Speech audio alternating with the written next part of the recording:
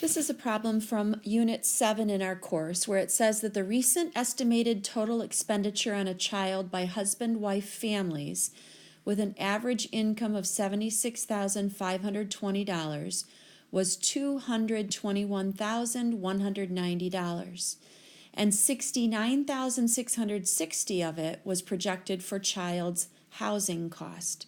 What percent of the total expenditure was projected for housing?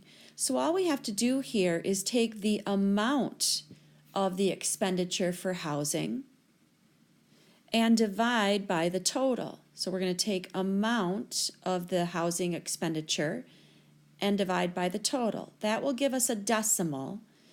To convert a decimal to a percent, we just are going to multiply that answer by 100.